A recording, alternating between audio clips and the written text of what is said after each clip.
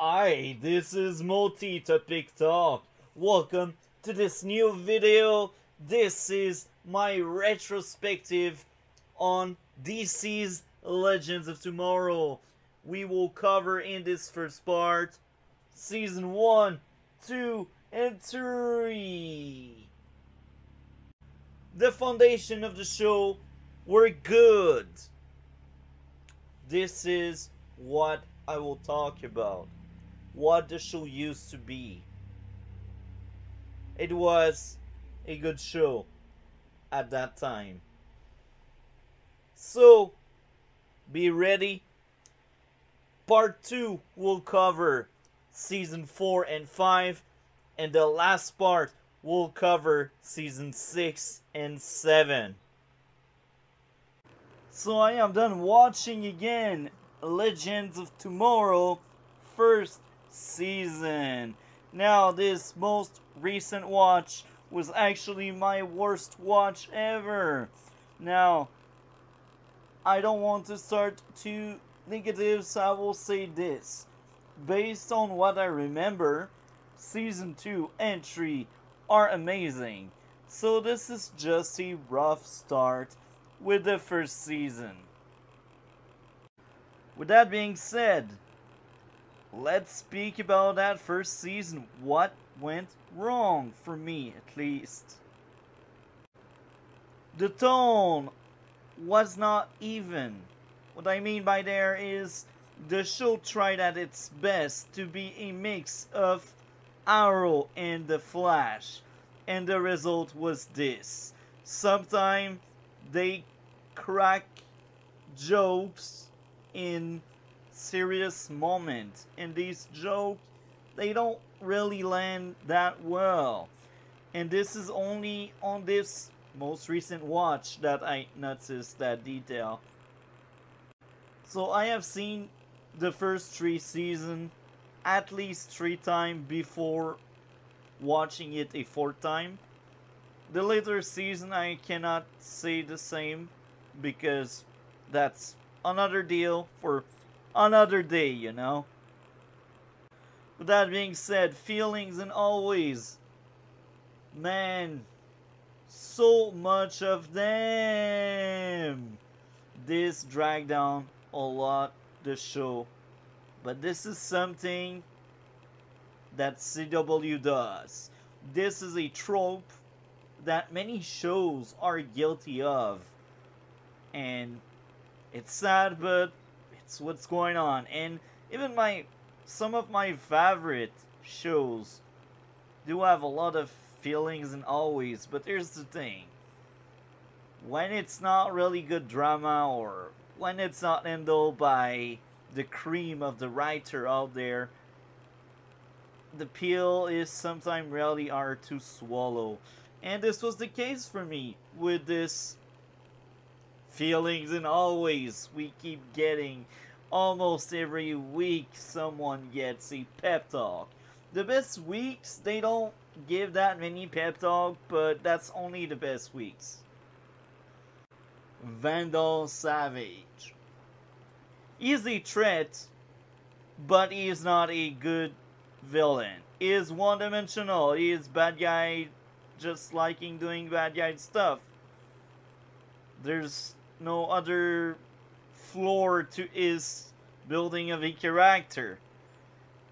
You see what you get, and you get what you see. The pacing is also really bad. I feel like a lot of that season could have been trimmed down. Some of the episodes in that 16 episode season are filler. It's sad to say, but it's the truth. It's filled with filler. And now, outside of Vandal Savage, there's also the Time Masters. They are also like the side villain. They are as bad as Vandal Savage. Like, they are actually a bit more interesting because they are an organization that has a lot of people working for them. But even there, the Time Masters were not the best out there. Sometimes the dialogue is also kinda bad, let's be honest here. And yeah, I will also say this. Time travel is the core thing. It's the main thing about this TV show. And a lot of sci-fi property did time travel. The best example would be the Umbrella Academy. I give this because I am currently I am currently watching the Umbrella Academy for my Red Blue podcast. Legion is another TV show that did time travel. Supergirl did a little bit of time travel in the third season. The Flash does time travel a lot because this is the Flash. So I've seen a lot of example of time travel. And guess what? This season, it was actually well done. This season of time travel is much better than what we got in Agents of S.H.I.E.L.D. It was much better than a lot of other shows. Is it Legion good? Because for me, Legion is top level you can get with time travel. Maybe. It come close. DC's Legends of Tomorrow first season does time travel the best. Everything is linear and there's not really a possibility of changing it because it's manufactured with machine. Furthermore, some of the action are action that are meant to impact the storyline. What I mean by there is Jax is the one that told Stain to roofie past Jax. So Jax going in that period of time didn't mess up anything. Furthermore, Jax didn't say anything about the future to Stain because he didn't want to mess everything up. So in season 1, I do think time travel was actually smart. Now, outside of time travel, I think sometimes when it's funny, it works. And sometimes the darker tone also works. The issue is when they mix both tone, when the tone clash within the same scene or within the same episode. So sometimes it's kind of cool to have a serious tone to some scenes and some episodes, but other times it should be fun, you know? Another thing, fight choreography overall is good. The action is good. The cast is very likable. The weakest link would be the Ox, Kendra, and Carter. But that's good because Carter is actually barely in this first season. And I will also say this, I forgot to mention, but that whole love triangle between Kendra, Jax, and Ray, or Kendra, Ray, and Carter, this dragged down that season a lot. All these scenes where they really want to force a relationship with Ray and Kendra, it bothers me so much. It bothers me so much because they don't have anything in common. They don't have that much chemistry on screen. They are not a believable couple. The only moment where it's a bit more believable is when they were stranded in the 60s. That was the only moment where it somewhat made sense they were together, but most of the time it doesn't work. It's not because you want a couple to happen, that couple should be there, you know? Some people may dislike Rip Hunter, but I will say this. Rip Hunter got a lot of character growth during that season. there's a lot of focus on him. There's also a lot of focus on the Ox, of course. They are the worst part of this season, but Rip got growth, and this was good. Jax got growth, because Jax was a reluctant hero, and he ended up wanting to be there, and he ended up convincing Martenstein to go back at the end of the season, and this was good. Character growth is something important in storytelling. You need your character to change. I will also say this is a superhero TV show where the characters aren't just characters. They have a set of powers, they have a set of skills, and everything comes into circle. It's simple. Ray is on the ship because he has the atom, but he also has a scientist's mind. So he's able to figure out stuff. He is really smart. Sometimes Ray Palmer's set of skills can be helpful for some of the episode. I give that because this is a very easy example, but another example would be Jax being both Firestorm and the guy that fixed the ship. And the backstory of Jax also worked very well with him fixing the ship. In that season, I feel like you cannot really take away one of the main characters in the cast and replace him with someone else, because something will be empty for the plot and for the missions. Take away the Atom and Ray Palmer. You will lose a scientist, and you will lose someone that can shrink and shrink things, which is very interesting and can be helpful in some of the missions. Captain Cold also got a lot of growth alongside with Mick. Mick, Rory, Heatwave. Captain Cold and Heatwave are great addition to the team.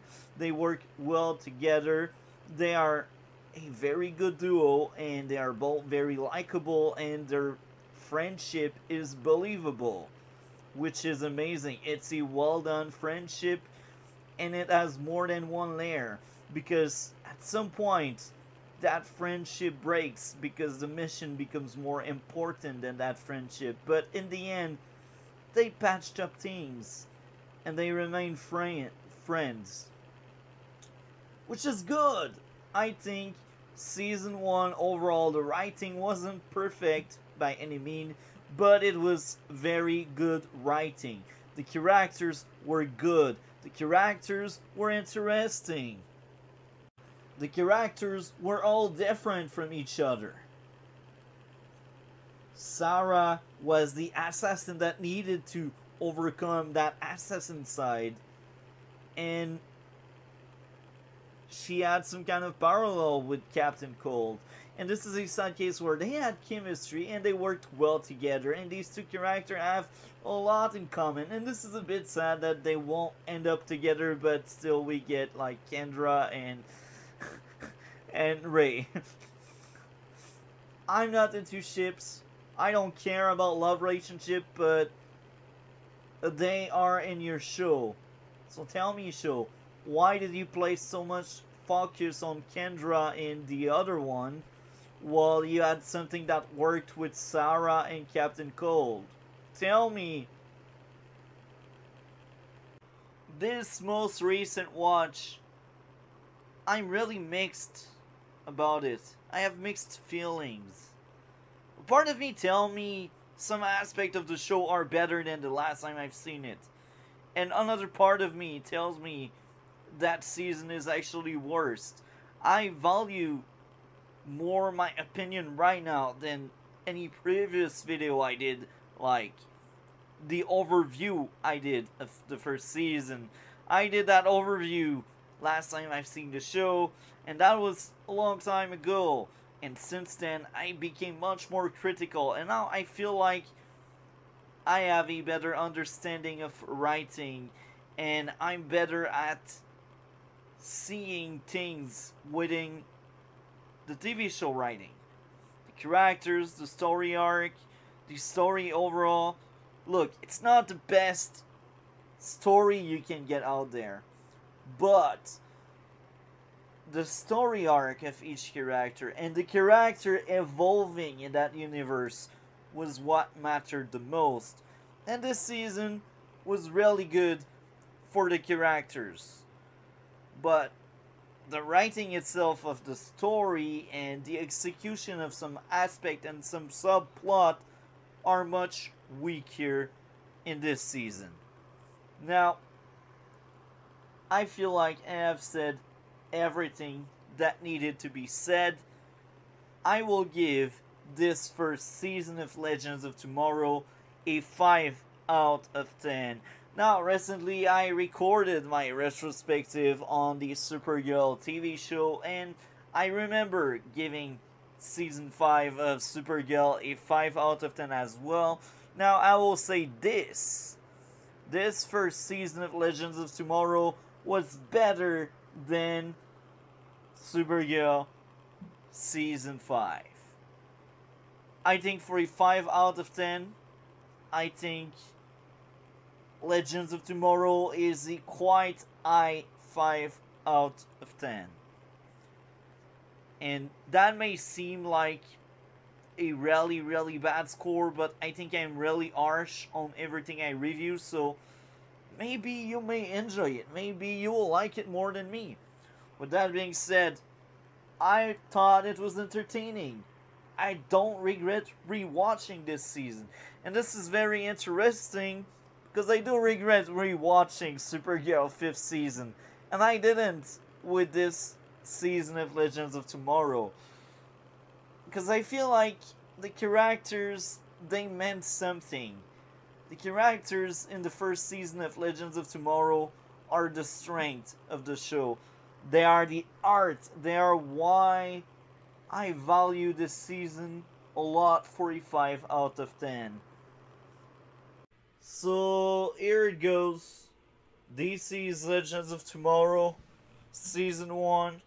The critics gave it a 65, and the audience gave it a 61. I am actually more harsh than both. Anyway, this is how the first season was viewed by pretty much everyone. So it's very interesting because I do think it's the only season that is that even with the critics and the audience. So, I will resize this just a little bit. This looks perfect. First person there, 4 stars and a half, so it's like 90%. Very interesting. This is probably a tie in first place with Arrow because it's such a good show. Action, I like the action. It is so great, perfect, and it makes the season so cool. Acting is perfect, no doubt.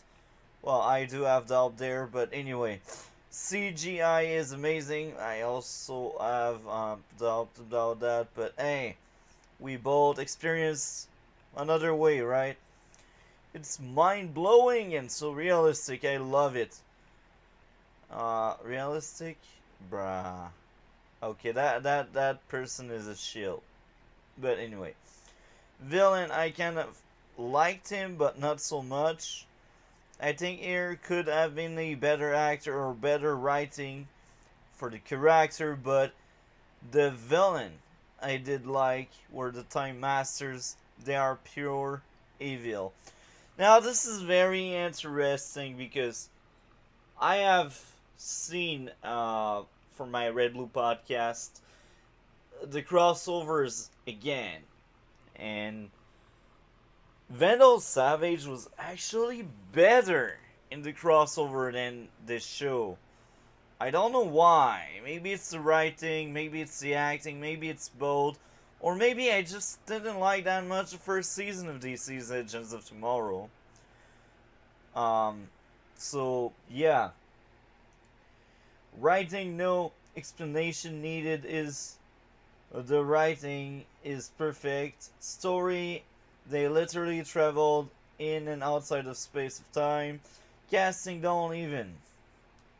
Characters, such perfect character, they all originated in other shows and made their own, except Rip. Character development, no doubt. Well, depends on which character. I think the first season, the most growth was with Sarah and probably Snart. Ray didn't got that much growth. The best season for Ray was season 2. And Ray actually got good material in the third season, but these are the only 2 seasons where Ray really moved around. Character development, no doubt.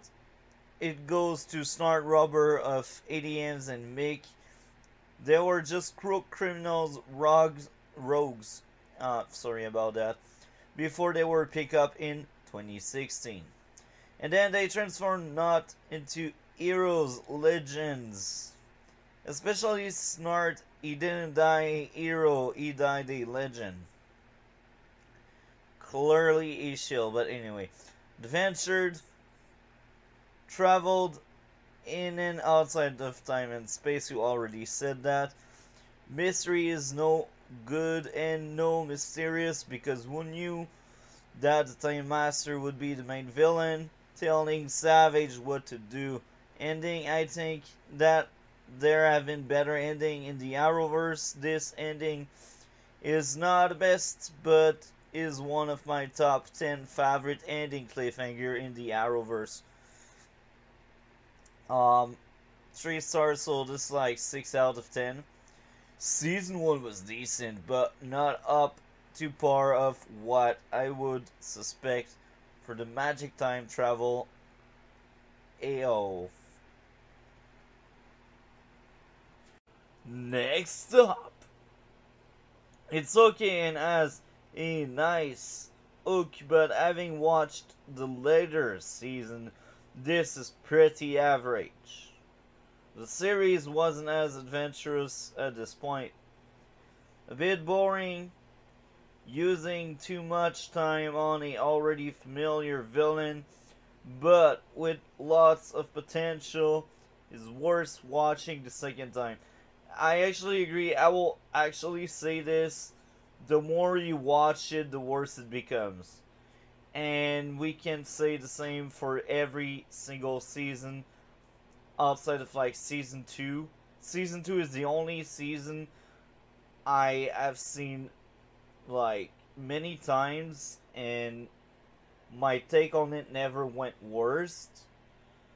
But every other season, like season 3, each time I've seen it, it was worst. Season 4, same thing. Season 5 and 6, let's not talk about that. Season 7 was such a letdown. Yeah, that's like a trend with this show. It wasn't good, but it wasn't bad as I thought it would be. This season was not the best, but it introduced us to a new, astonishing show and new epic characters. It is a joke. Did anyone seriously believe this would work? I only watched it out of curiosity, and it's everything that's wrong with the Arrowverse and the CW shows. I think this season was okay. It was a promising start with lots of potential. So in these 6 comments, we got 2 6 out of 10, 2 8 out of 10, 1 2 out of 10, and another 6 out of 10. So it's a trend. I think most people thought it was a 6 out of 10. And I think for most people outside of me, 6 is average. For me, 6 is mediocre because you just passed the grade, you know.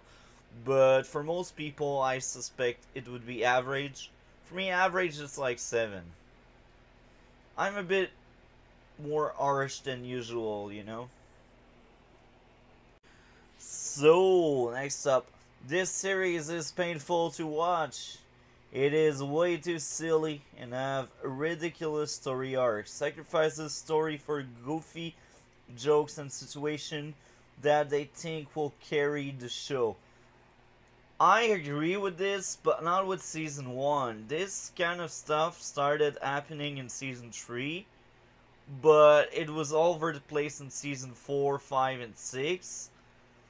7, not that much. I will be honest, 7 has other issues than that, but between season 4 and 6, that statement is right. But I don't think it applies to season 1 or 2.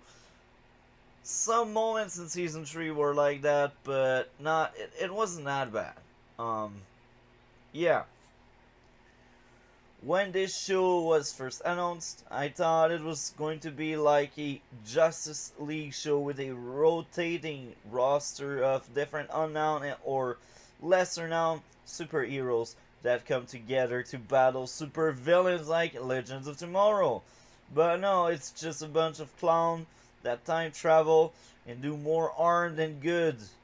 God, they barely get by and seem to only solve their problem by extremely lucky coincidences. Well, it's a CW show, so you can't really expect too much from them. It was my fault for having hope. Bruh. Word. I will say that's also what I wanted from that show, and I kind of got it in season 2.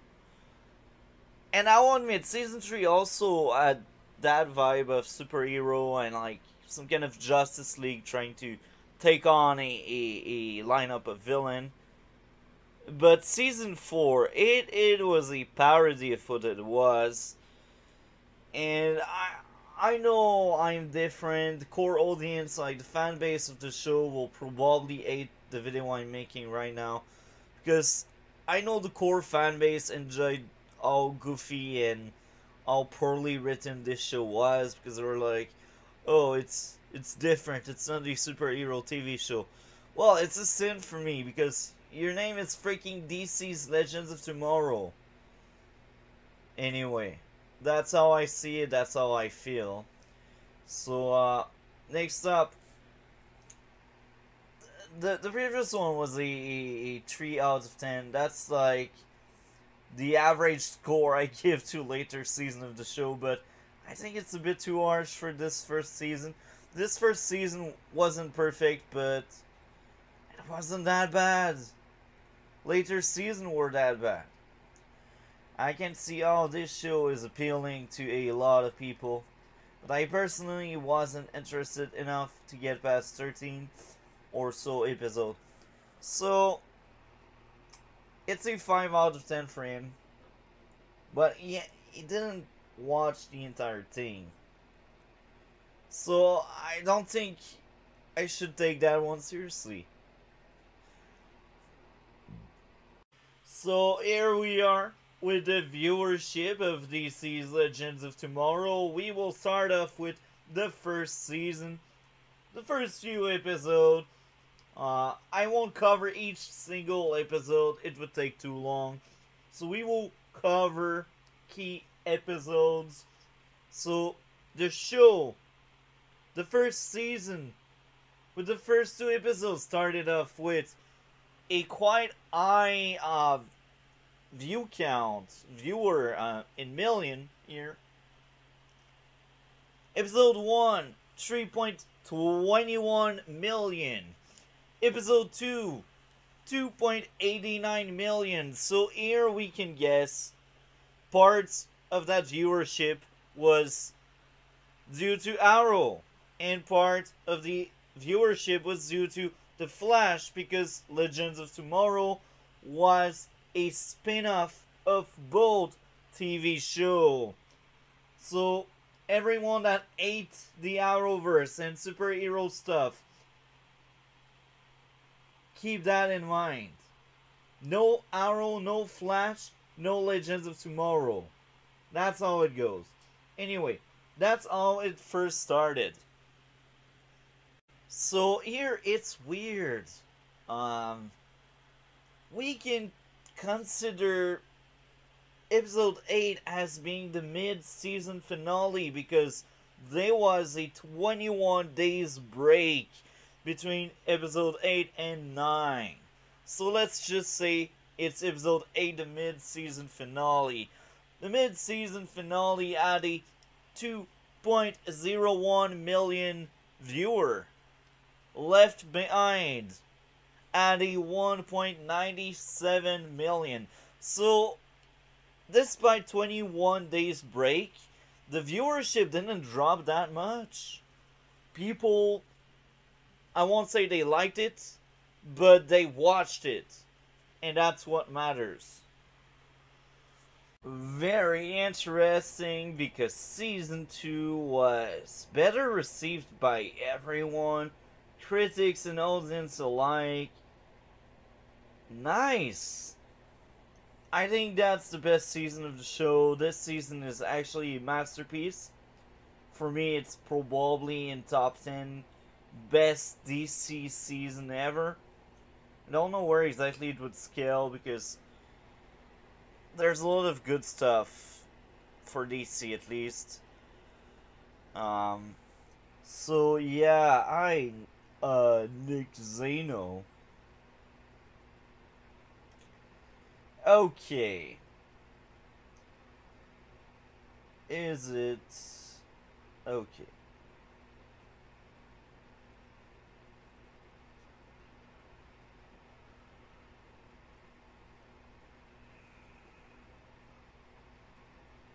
I think that comment made in November was mine. That's very interesting. It looks like my comment I had in November, well, 1 year and a half ago. I was on a very different spot. Anyway, huge improvement over season 1, but it still feels something is missing. This is a 8 out of 10, and another 8 out of 10. Season 2 was a huge improvement over season 1. Getting rid of Rip was a good choice. I won't say Rip was that bad. I can understand the flack. I can understand the issues people have with Rip. Still think that was a good character. It was just a very flawed leader.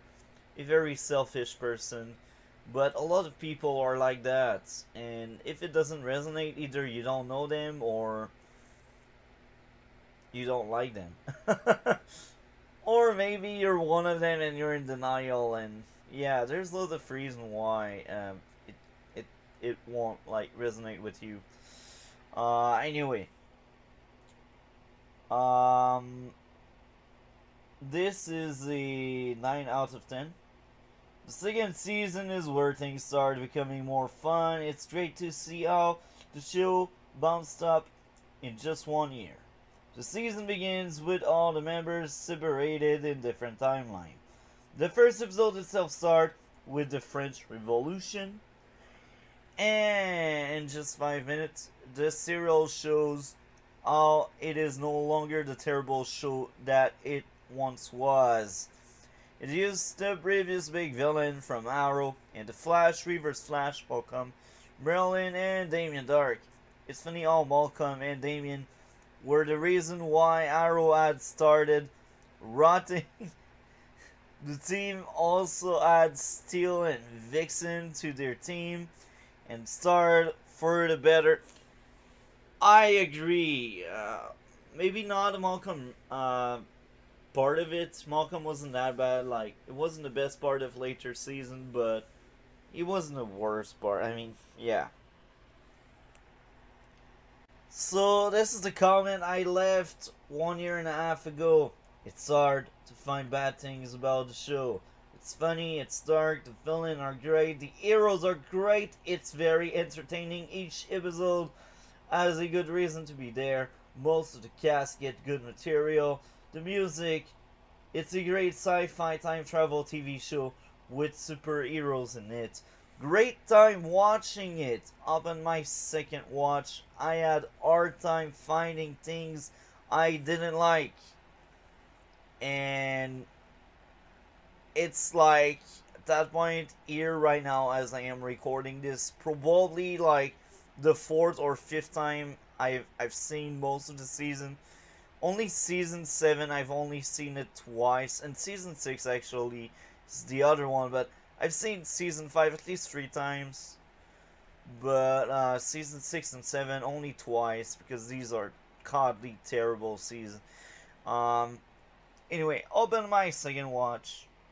I had a hard time finding things I didn't like.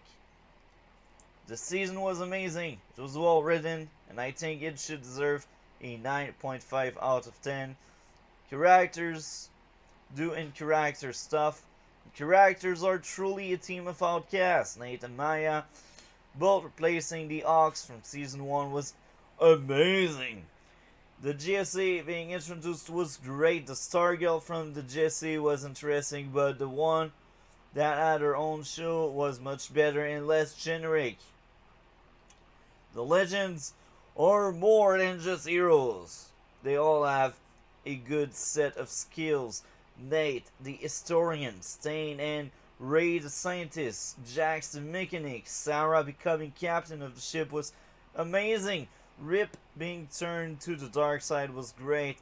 Elbar, Malcolm, Damien are 3 amazing villains. The only issue I got from that season would be all these times Legend lose a piece of the Spear of Destiny, or when any of the members get captured for the plot to be flipped. I actually stand by everything I said. I think everything I said a year and a half ago remained the same.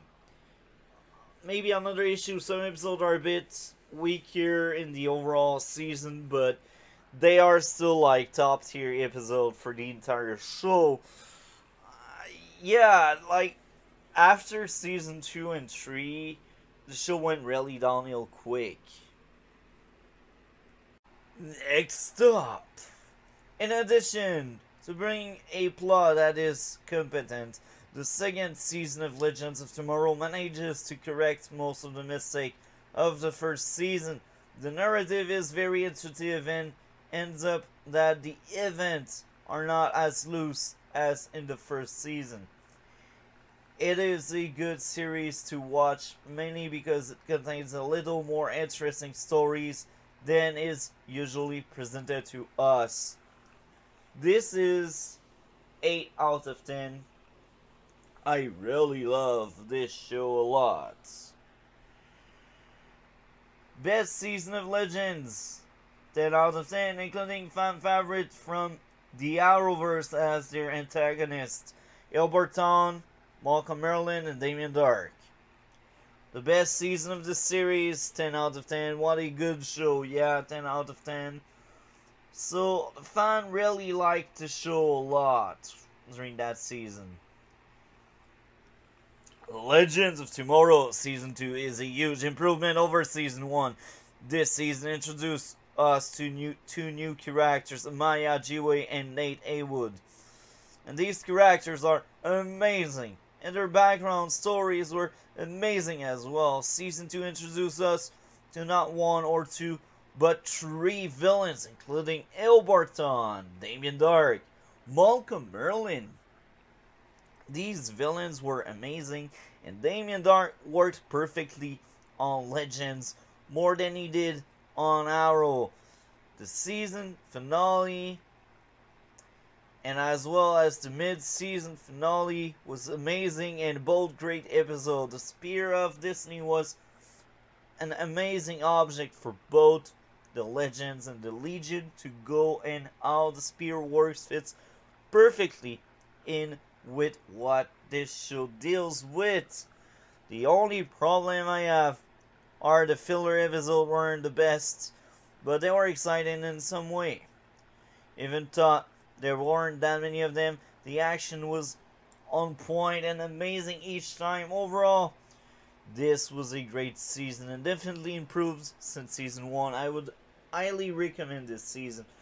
I stand by most of what he said.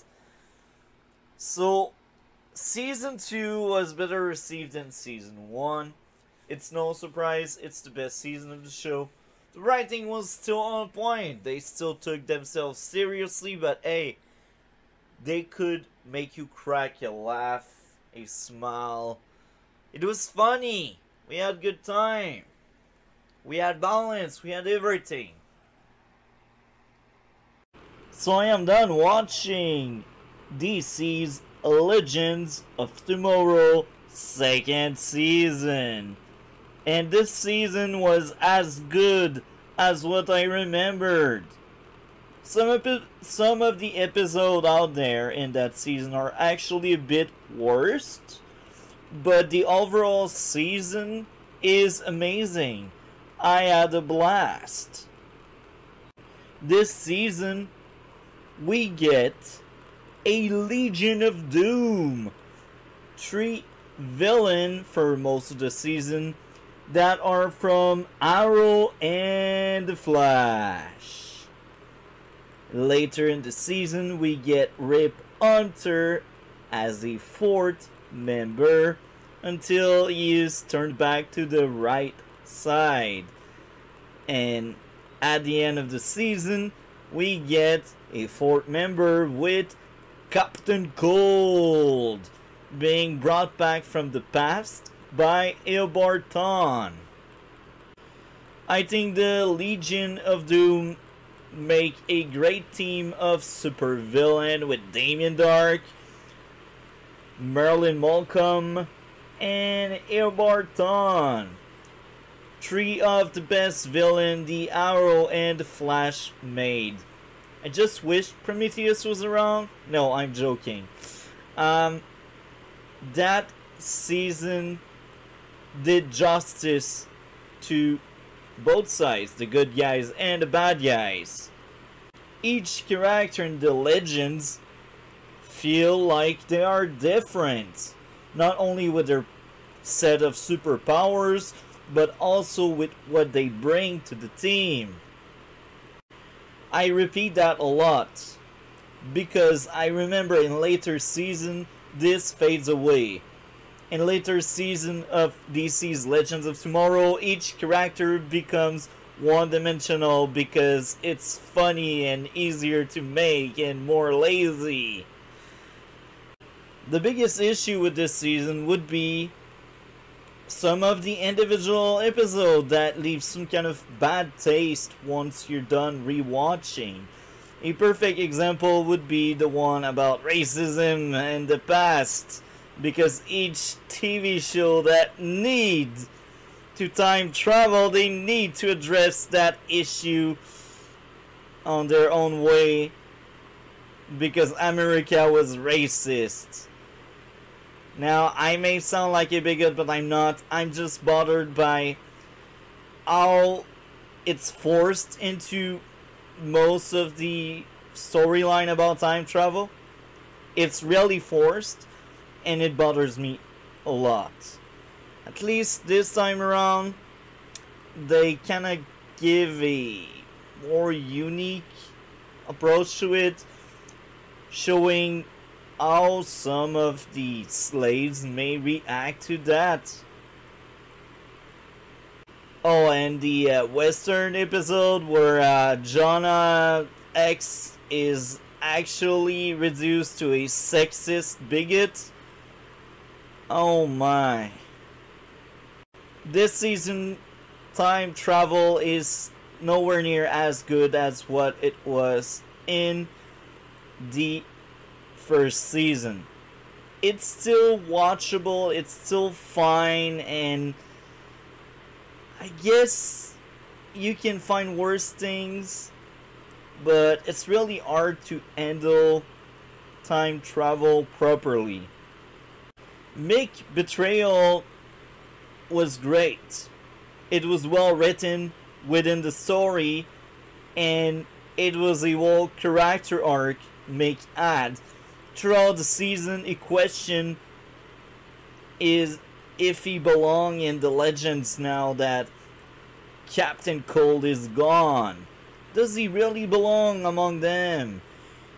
And Sarah, with a chat with Rip later on, basically tells us, yes, It's a team of outcasts, and Mick is still an outcast. And this is one of the strengths we have right now. The funny stuff is still very funny. It's very good.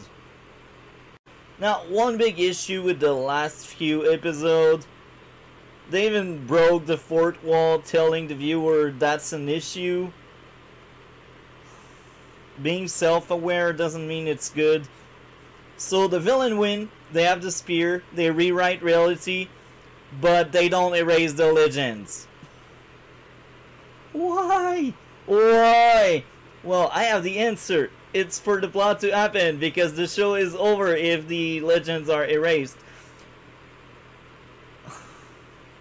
My. They should have found a way to explain better why the legends are still around. But they don't. They just say, oh yeah, we made a deal and I had mercy, and it doesn't work for me. Now, you can still make the Legion of Doom win and gain that alternate reality control and stuff. You can still have that plot and fix the fact that the legends are still around. Hear me out on that. Find a way that makes sense. I'm not the writer, I won't do it for you. But find a way that makes sense, that the bad guys cannot kill the good guys. What if by killing the legends with that new reality, they destroy everything? Or what if by making that alternate reality a thing, you cannot erase, set some rules. You cannot erase people. You can only change the timeline. Now, because you only change the timeline, you fix the issue, because you cannot erase the legends. Simple, I think, I guess. I'm not a writer on these shows.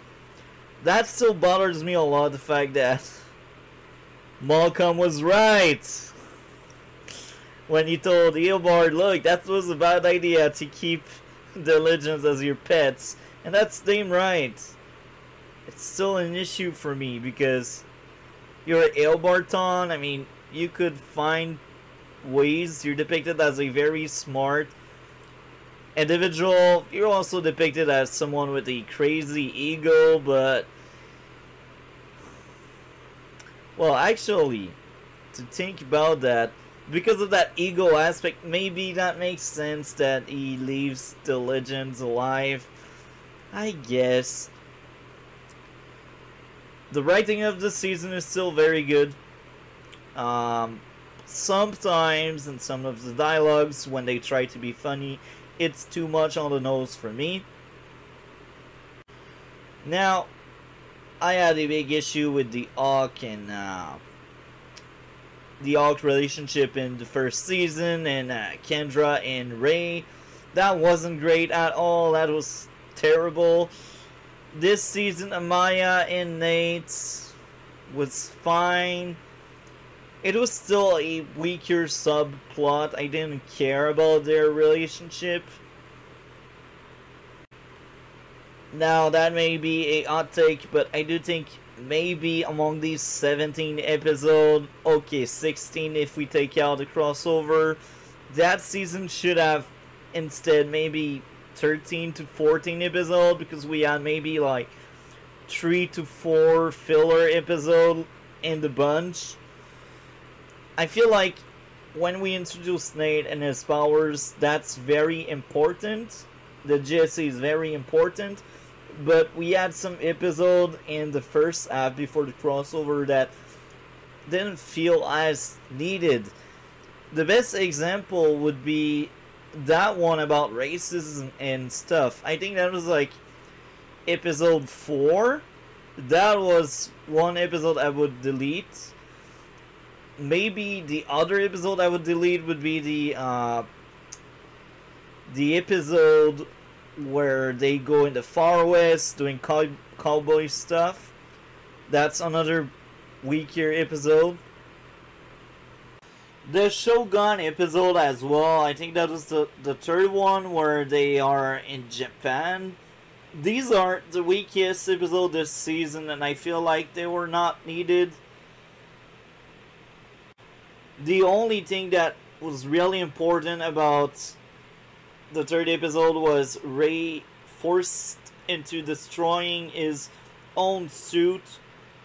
That was one big thing, because at some point Rei realized he is lost without his suit. He thought his suit was his only superpower, which is a lie, because he is a smart individual. He's the one that traded the suit. So maybe if you take him losing the suit and place it into another episode, then we could still have the same kind of storyline. We don't need the Shogun weaker subplot. Well, actually, that was the bigger plot. That was really the weak part. The whole samurai and ninjas, and we had some of... Look, that episode, man, the only good thing about it was what it did to Rei. But it wasn't a good episode.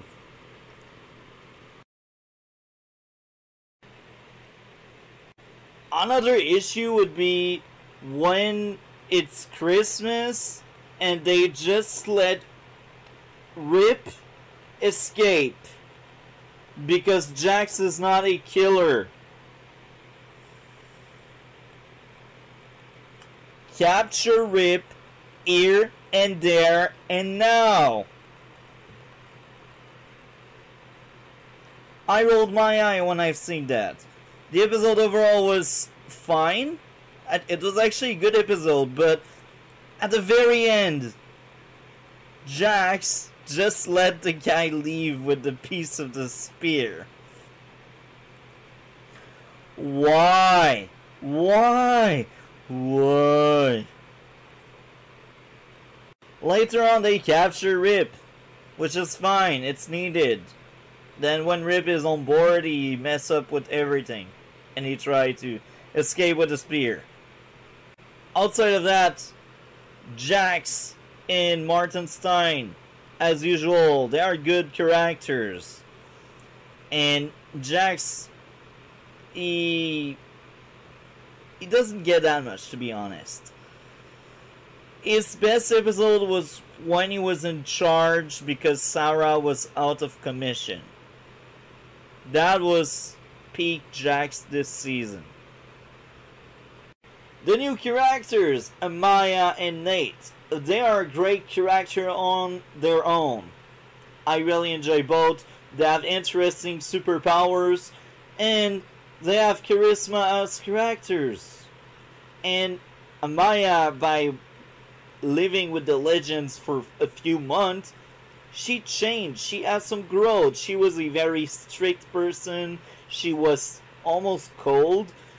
She was very professional, the mission only, and no attachment and stuff. And her adventure with Camelot, a weaker episode that is still needed, made her change her mind, and she became more soft after that. And yeah, I'm thinking about that. I feel like they mixed up two episodes. The way I see it, Camelot and the episode where it's Christmas, they should have switched both. Because Amaya slept with Nate in the episode It's Christmas, and they could have captured Rip at that point. But they captured Rip during the Camelot episode. So, I feel like there's a misplacement of episode, and usually I don't point out stuff like that, because I don't notice it, but the more I think about that, the more I feel like they misplaced 2 episodes. They should switch these two around. With a few change, of course, because in the end, Rip ended up getting captured, and that was the thing in Camelot. So you make him run away and escape from Camelot, and then you capture him at Christmas. That's like what you change, and I think the story would flow better. But these are nitpicks, because I really like that season. The villains are good, the heroes are good. Mick, that's Mick's best season in the entire show. He has good stuff in season 3, but then season 4, 5, and 6, Mick is like the character that don't really belong anymore. In season 2, he was still a thief, a criminal, and in season 2 they add more floor to his character. In season 1 he was very one-dimensional, but him turning villain, being more gray, and the stuff he got in the first season made his character a bit more than just one-dimensional. But in this season, you cannot blame Mick to be one-dimensional. He is not. He has several sides, and we see much more sides to Mick during that season. Mick, I think at that point in the show, was probably my favorite character. Nate and Ray friendship, the bros. I think it makes sense for them to be friends, but here's the thing. They treat the audience, the viewer, as being someone really dumb. And sometimes some of the scenes these two get are unbelievable. They don't make any sense. Like their bros handshake and crap. It's just not good. And another example would be when Ray is like singing because he knows Maya and Nate are a thing, and then they have a man chat about relationship. That subplot in that episode was bad. Men. Sometimes they don't know how to write men. Sarah becoming captain made sense, and she was a good leader, and she was really better than Rip. She made the team stronger, and the team as a whole got a lot of growth under Sarah leadership. And this is amazing. I think this was hands down the best season for Sarah. Season 3 still has a few good stuff for her, but season 4, 5, and 6 are terrible for Sarah. Oh my, we are not there yet, but this season, Sarah is amazing.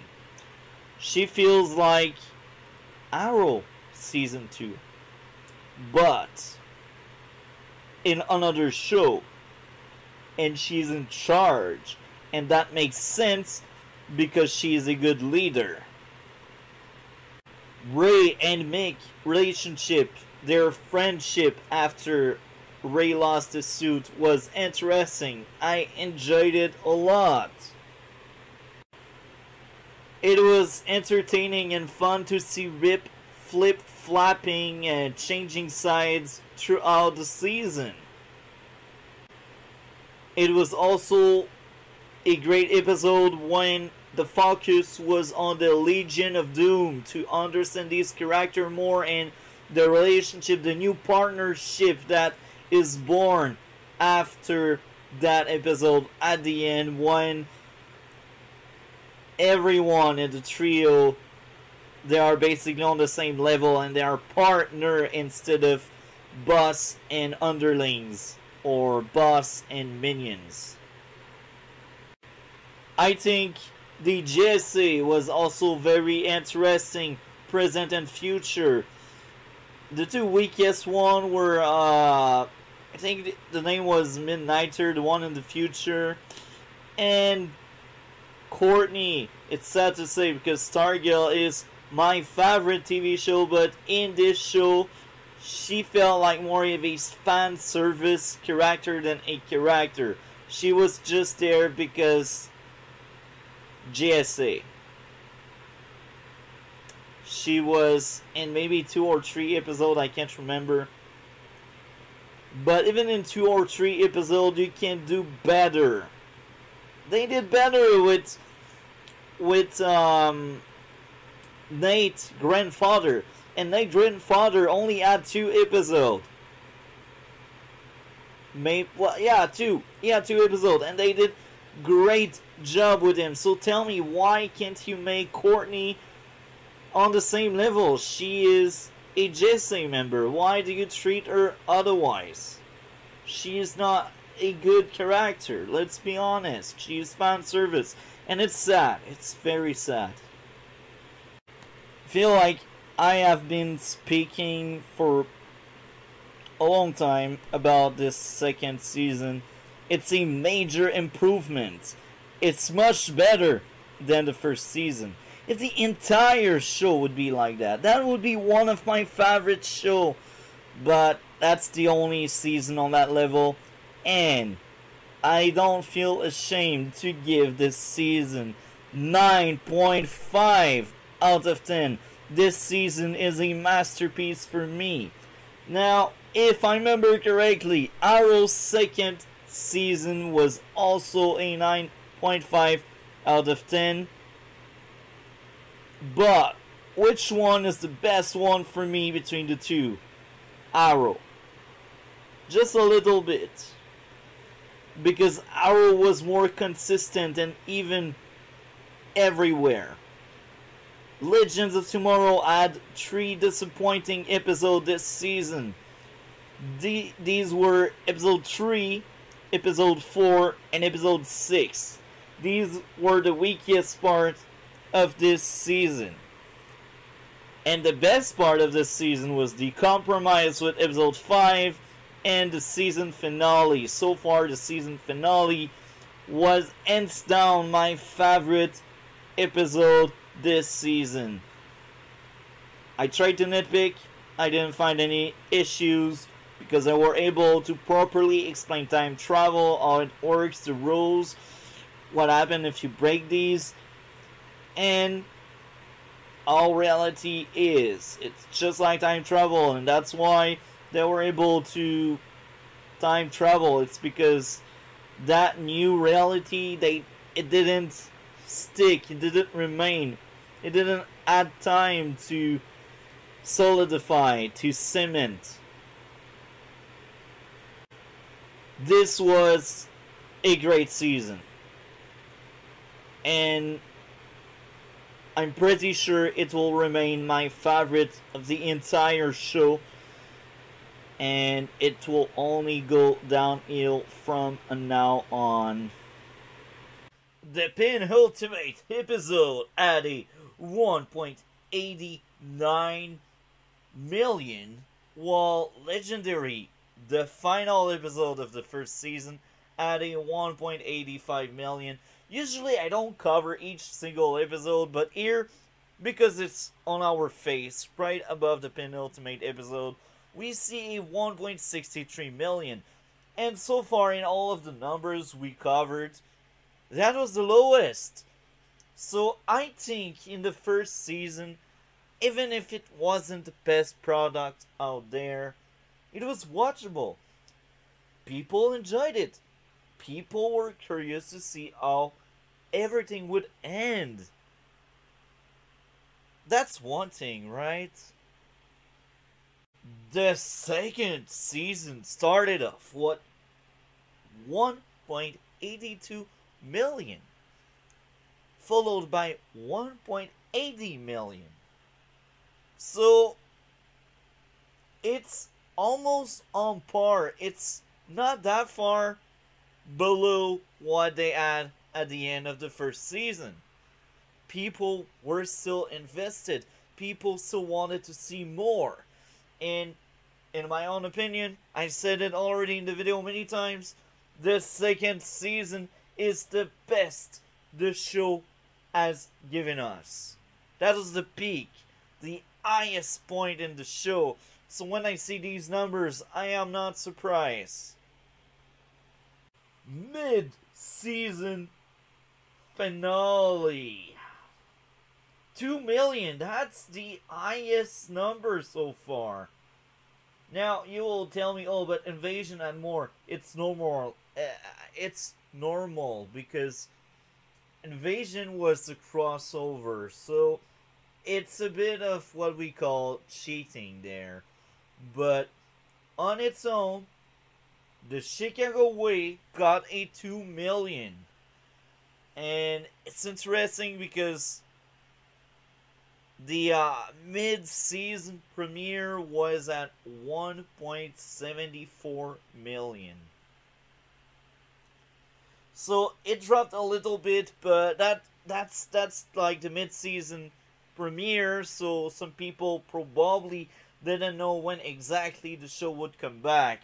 So let's see if they will maintain roughly 2 million in this back half. Oh my, the show got somewhat of a drop. So, Doomworld, 1.59 million, that was a great episode. Roba, another really good episode, 1.52 million. So, at that point, the viewership is still above 1 million. Which is good considering it's CW, it's Arrowverse. That was actually a weird time in the Arrowverse because Arrow was at its best while the Flash started to go downhill. So that's interesting watching these numbers here. So, next up, Season 3. The last good season of the show. So, Season 3 at a 88 for critics and 71 from fans. Still close. The gap is a bit bigger than Season 2. But I think it's normal because at that point, the show kind of changed.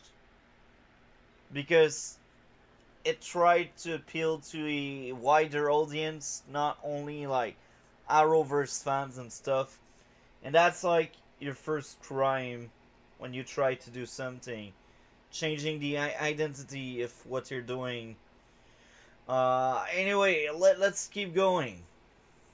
So, here we are with the next stop. Best the show could possibly be, to be honest. 9 out of 10. 8 out of 10. This season was fun and silly. It did its own thing, which the previous season were a bit afraid to do. 5 out of 10. So, no, not 5 out of 10. 10 out of 10. 5 out of 5. Call it the way you want. Pretty good. No major plot point that make it stand out. Just a good season. So why did you give it like 10? Okay. My favorite season in the whole show, definite recommend. I cannot blame you. I mean, that season was still very good. Each watch made it worse, but that's fine. Some shows are like that. We will start with the one on the right, and then we will go to my old comment I left 1 year and a half ago again. I recognize the writing. That's clearly me a year and a half ago. Anyway, Season 3. Straight up start with the bang that the previous episode, previous season left at. And is pretty much the guarantee that the show will never go back to those pathetic roots of Season 1. The Legends fight Julius Caesar here, fight the Vietnam War, and once again take on a Damien Dark, who this time around is an actual threatening villain. New characters like Nora and Zari are introduced and bring a lot to the table. I agree. I really like the episode where Zari is stuck in a time loop and as 1 hour before the ship explodes. I also like that one. The ending of this season is the greatest in the entire show, as we get to see a big baby in action, Bebo. I really felt like kissing him on the cheeks because of how adorable he is. Finally, in the end, Rip Hunter sacrificed himself in a sorrowful death, and Constantine joins in. Well, he actually showed up twice. Had a good role, I will say. He had 3 cameos, but 2 good, really strong episodes where he was one of the main characters. Anyway, that person gave a 10 out of 10. Very interesting. Now, let's read out my comments. I'm curious to see. We will need to scroll down because I take too much space. So, back in the day, I gave a 9 out of 10. This time around, it's more of an 8, I think. That's what I remember giving. Look, I recorded like the rest of the video like 2 months ago. Roughly 2 months ago. No, I exaggerate. 1 month ago, actually. I've been doing other stuff. Anyway, I always remember DC's Legends of Tomorrow 3rd season as being the best the series came up with. My most recent watch showed me otherwise. I agree with that statement. I stand to it right now. Season 2 is the best. The negative, too goofy, in my own opinion. Some of the characters barely use their powers, aka Ray Palmer. Saint Jax also both barely used their powers, which is very sad for me. Season 2 was a very consistent, Season 2 was very consistent on its quality. Each episode had harmony. I stand by that. Some episode clashes with each other in Season 3. Molus as a villain is much weaker than the Legion of Doom. He is boring and he drags down the show by a lot.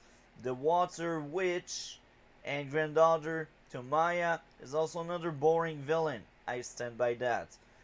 Another quest of MacGuffin, Totem of Zambezi, may be more interesting than the pieces of the spear, but their end goal objective is a bit boring.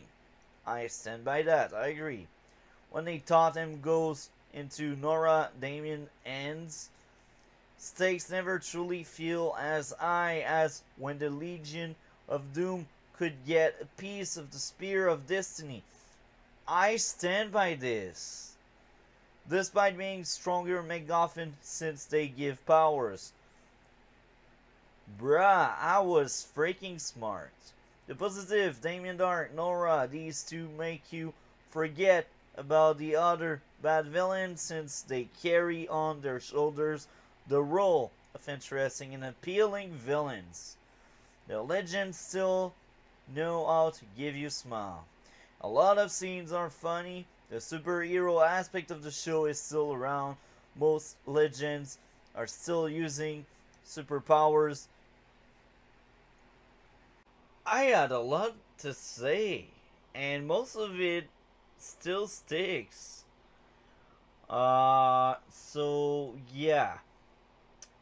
The Time Bureau is a nice replacement for Time Masters. Rip Hunter was a great...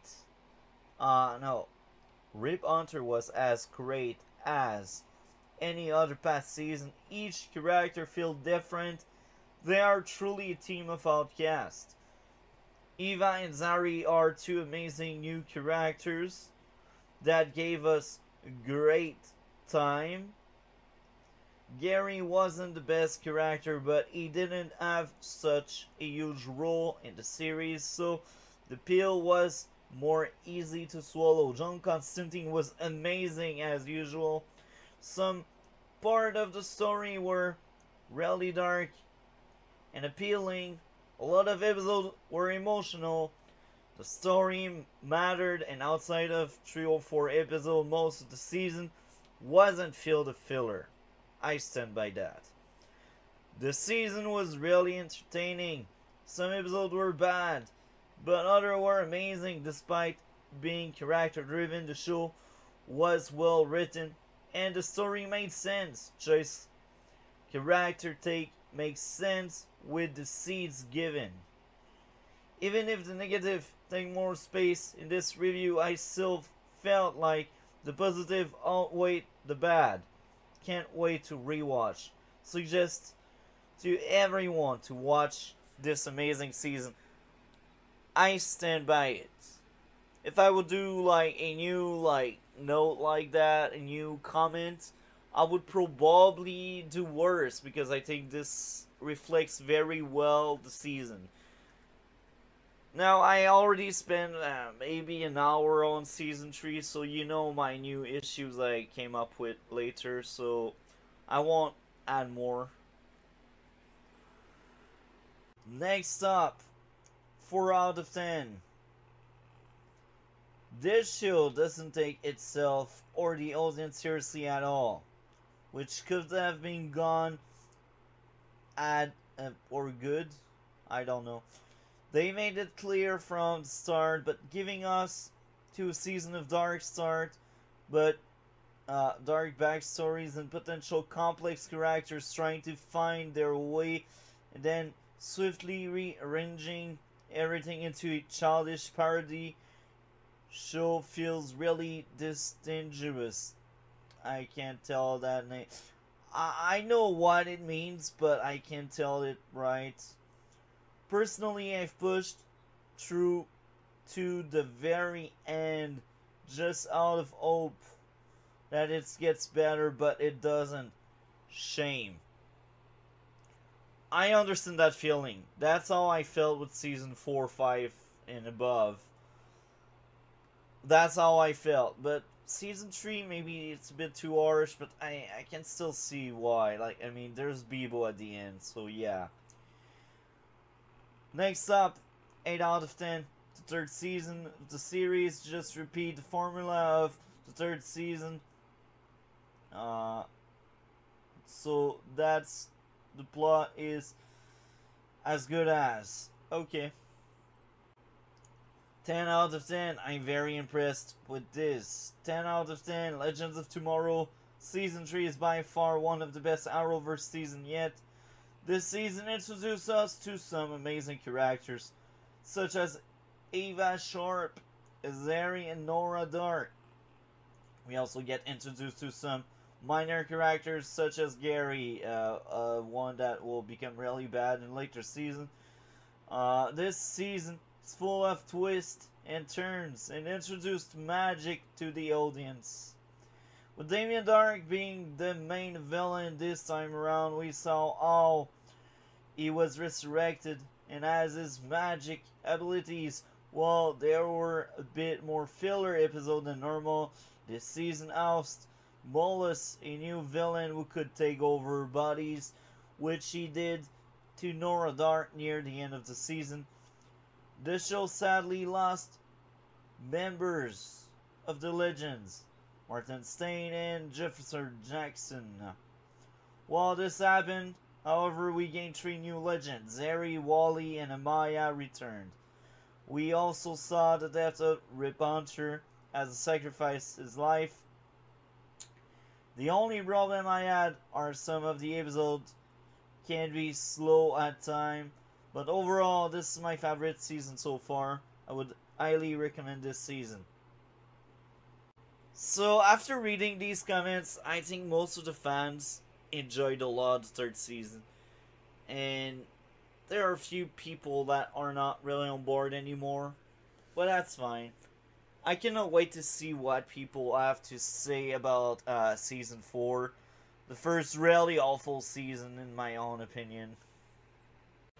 As I am recording this part of the bigger video, I have seen 5 full episodes of the third season of Legends of Tomorrow. It's clearly so far a better season than the first season, but it is also a weaker season than the second one. And here is the biggest reason. The moment I've started the 6th episode being Ellen Hunt, I remembered how bad this episode was, and how awful it was actually, and how of a filler can really drag down a show a lot. Ellen Hunt is hands down the worst episode so far in the entire show. And this is just foreshadowing of what made the later season of the show weaker in my books. We had episode 5, that was a great episode, despite not being that high. That was still a great episode story-wise. It was very essential and important, and we got more pieces for the bigger puzzle. But then, it's Legends of Tomorrow, so they need to do these filler episodes. And this is funny because episode 4 was also filler. As much as Ray Palmer is a very good character and I enjoy him a lot, and that episode was centered around Ray Palmer, that was a filler episode. There was nothing important to the bigger story. It was just a one-off to make you understand the character more. And this is fine if this was a subplot, but this is the entire episode. The story didn't progress at all with the 4th episode. So it's like you're taking a break in a 17 episode season, because I don't count the crossover in that. You take a break just because your show cares more about its character than its storyline. And I am a huge fan of good character and good story arc. I think they go end to end, and a show can do great character but bad story, and you will end up disliking the show because the story is shit. Or the reverse can also happen. You can have a great story but shit character. And that can also happen. Now, so far with the 3rd season of Legends of Tomorrow, it was good. It was a step down. I have a lot of issues with every single episode so far. If I would summarize the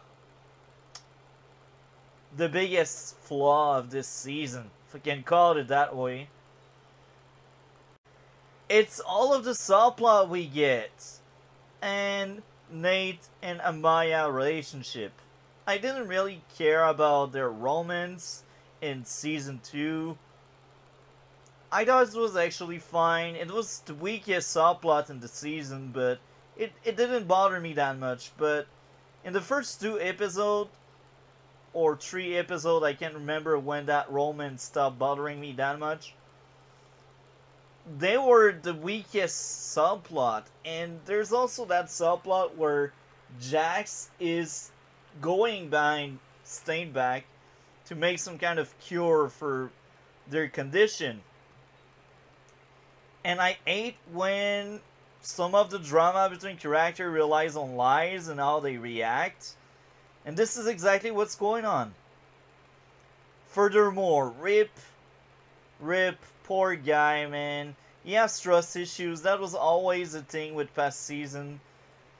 And it's still a thing this season. But I feel like he stopped progressing.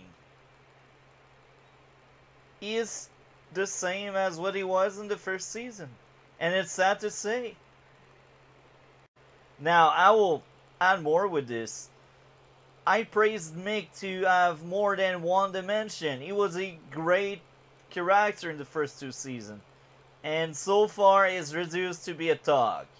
He is just a thief. And this is Mick's only role so far. At least at that point, the characters are still needed to be who they are to work. Amaya being able to communicate with animals. Nate being the historian. Ray being the scientist. These parts are still important to the show, and it's something to praise, because this will fade away as the show goes on, because each character can be replaced by anyone and anybody in future seasons. The Water Witch! That villain was a 1 week villain so far, I think. She was in episode 3 for sure. She wasn't that great in the first episode she got, and I know she will be more important and she will come back. I'm not a big fan of that character. Now, of course, Zari, the new character, is very likable. She is really cool. I like that character a lot, but here's the thing. They made a sad backstory for her family, only to use the same kind of plot with Sarah, the same kind of mirror we use on Sarah, with Sarah struggling to not kill Damien, to not go further with a vengeance, to change his story in Season 2. Now we need to do that same thing with Zari. Oh, wow. So, Zari as a character is fine. I just don't like the backstory and the fact that they need to bring that backstory to tell, why can't I just change my past?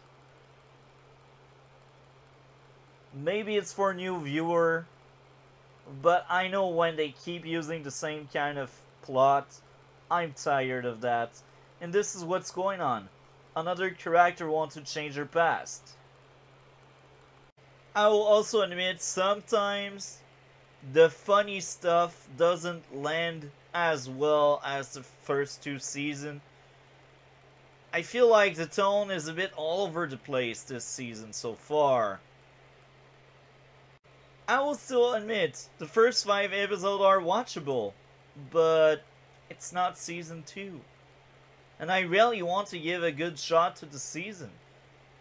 But I also need to be honest here. And that season so far is weaker in terms of script, story, everything. Episode 6, the first really bad episode the show aired, is all about all men are primitive, all men are stupid, and all women can solve everything. Hell yeah! I will admit, I like the kind of repeat story where the legends keep trying to fix things and they mess up and they make everything worse. That's fine, even if it's some kind of trope at this point in the show, because it's still used a clever way. That trope is used well so far. So yeah, that's my raw thoughts. Ellen Hunt, terrible episode. The dialogue awful. And filler because you don't need that trap. It doesn't deal with mollusks. It's only to shed some light on Zari character and how the team will now deal with some of the aberration or things, anachronism or whatever. Some of the episodes so far in this season really feel like a superhero TV show, but other episodes, they just feel like a comedy or a sci-fi. This is a bit sad. Now, Freak Show, as much as that episode wasn't impressive, I will admit, people used their damn power in that episode. Can I say the same with other episodes like Ellen Hunt? Now, I don't really remember, and I don't want to rewatch Ellen Hunt, But I don't think, based on the premise, that they will use their superpower to be superhero. They will maybe start memeing about their superpower. And I think what made Legends of Tomorrow unique and good in the first two seasons is the fact that they are a superhero TV show that time travel. It's something new, right? Because we already had many time travel TV show like Doctor Who. Well, I don't know other example because I'm not that cultivate, but I know that's one. Right now, Legends of Tomorrow is slowly losing its superhero identity. And I can tell because when you look back to the fifth episode, they barely use their power. They save some money with CG and stuff. This is also why they get rid of Firestorm, and maybe that's one of the few reasons why Victor Garber, the actor that plays Stain, wanted to leave this season. He realized maybe he was underused, and I will be honest, with the second season, he was underused.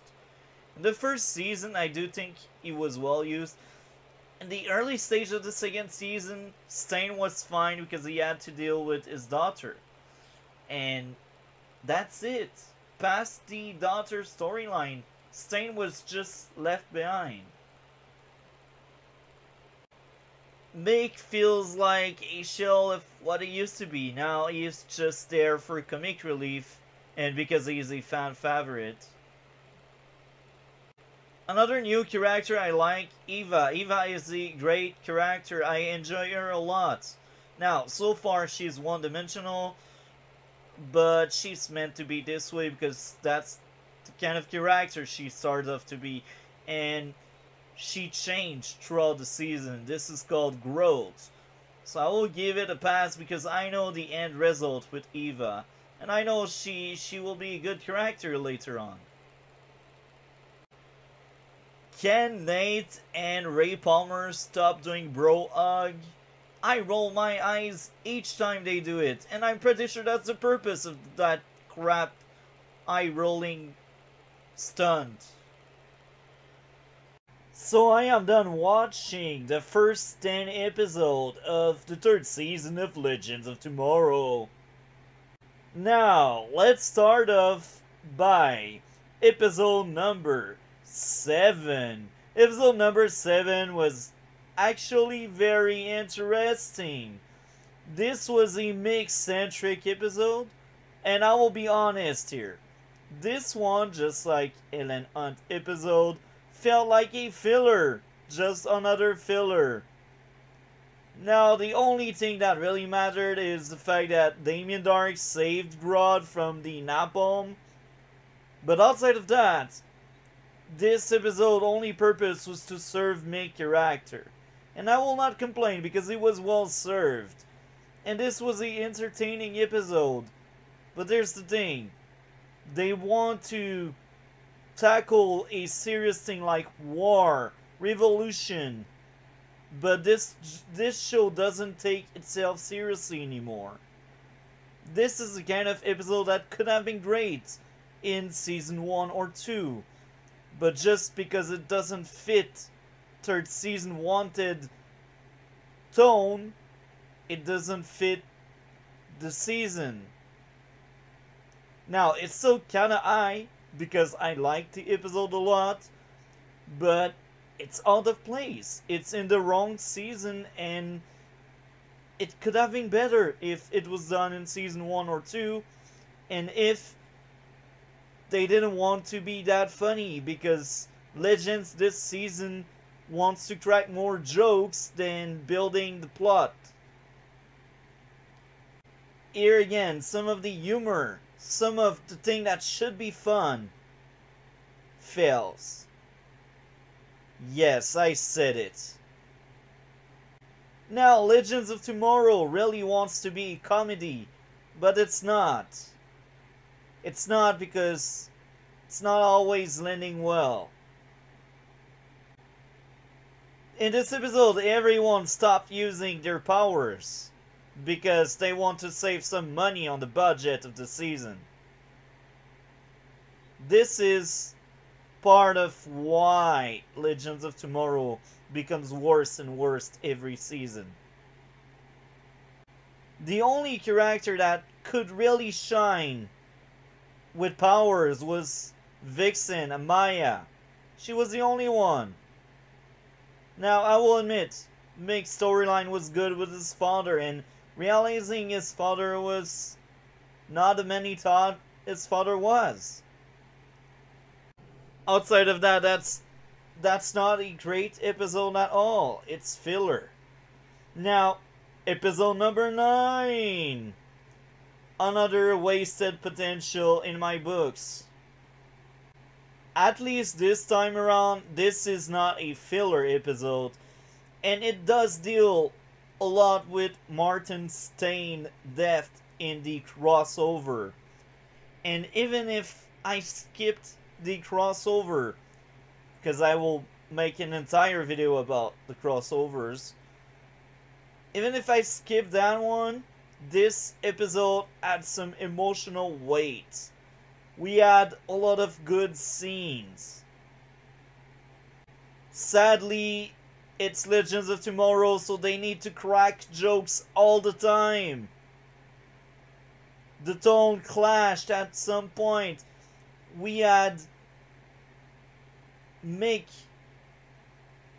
breaking a puppet, which is fine. It's very Mick-like. But then we had Jax being the most broken out of the Legends, just mopping around, and they wanted the viewer to shed a tear, to cry, you know? But there's the thing. They don't let that scene go on. They need to smash another scene to make you laugh right after that really heavy moment where Jax and Leonard speak about Stain. Why? If Legends was like it was in season 1 and 2, I can attest, because I've seen these 2 seasons, I can attest that they would have spent every comic relief scene regarding Stain death before the Jax one.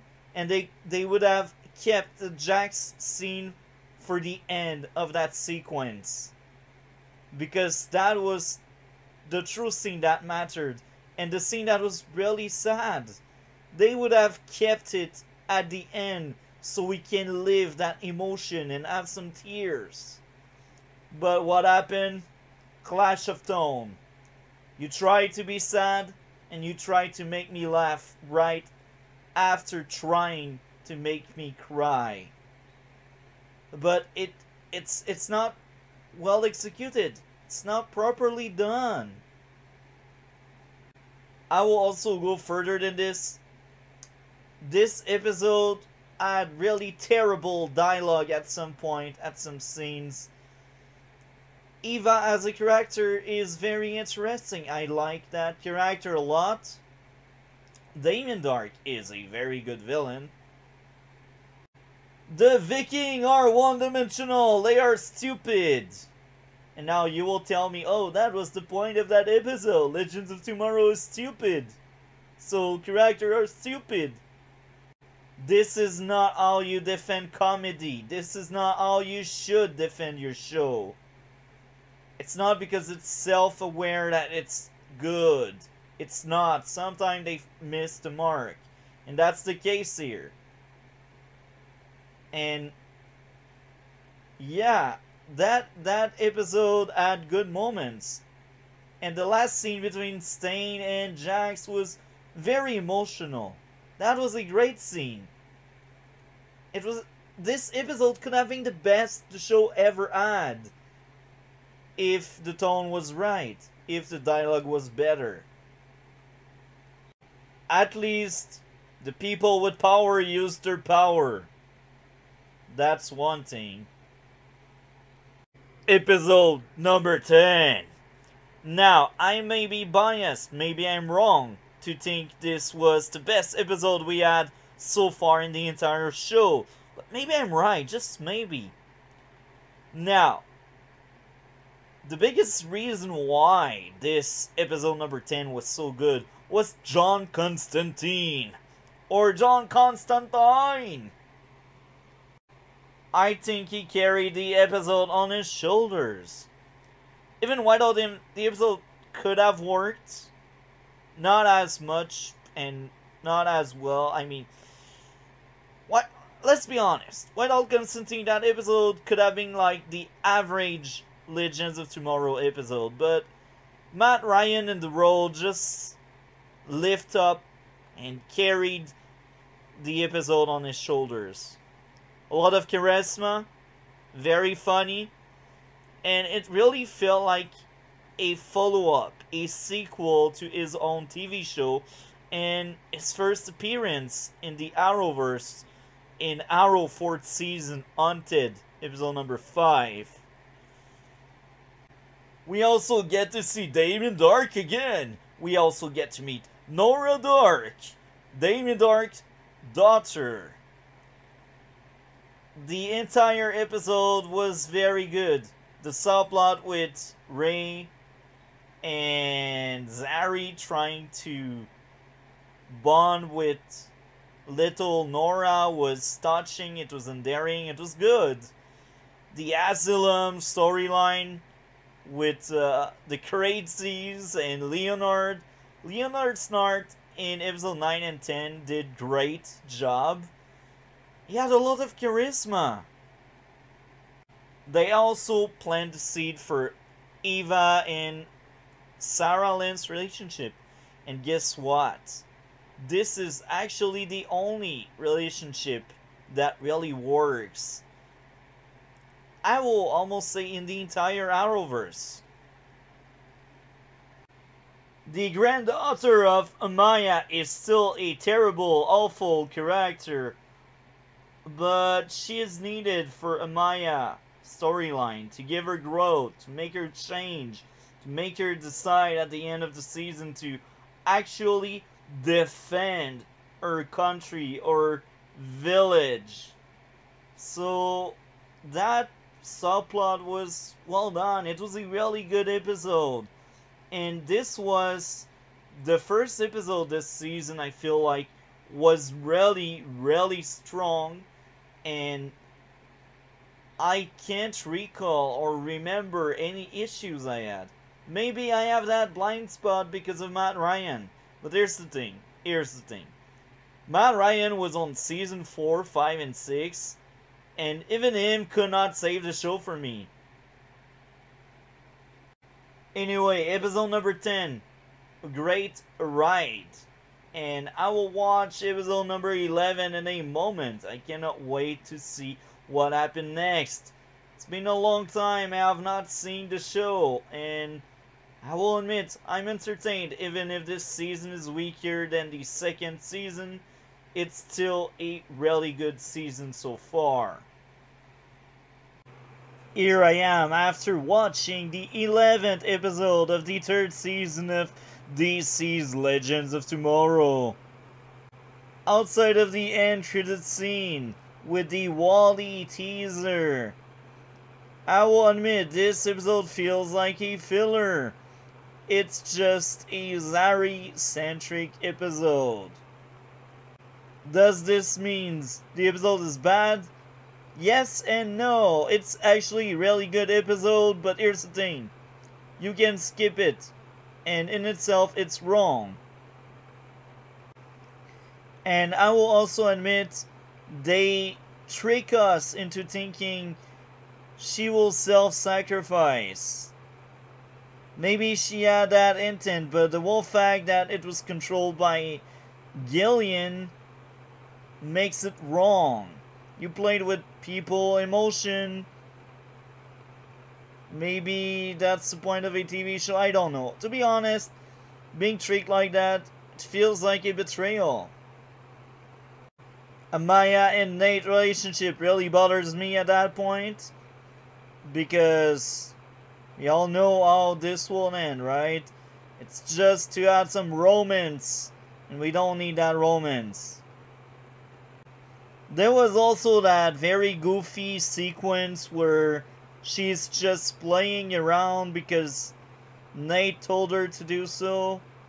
I was rolling my eyes. But hey, this is Legends of Tomorrow, what do you expect? I have seen many time loop episodes, and this is among the weakest out there. There is one in Agents of S.H.I.E.L.D. that was really good. There was one in Arrow that was another really good time loop. But this time around, it just doesn't work for me. It's also funny how we get these puns where the character don't believe in something, but they have seen other weird stuff happening because this is a sci-fi TV show.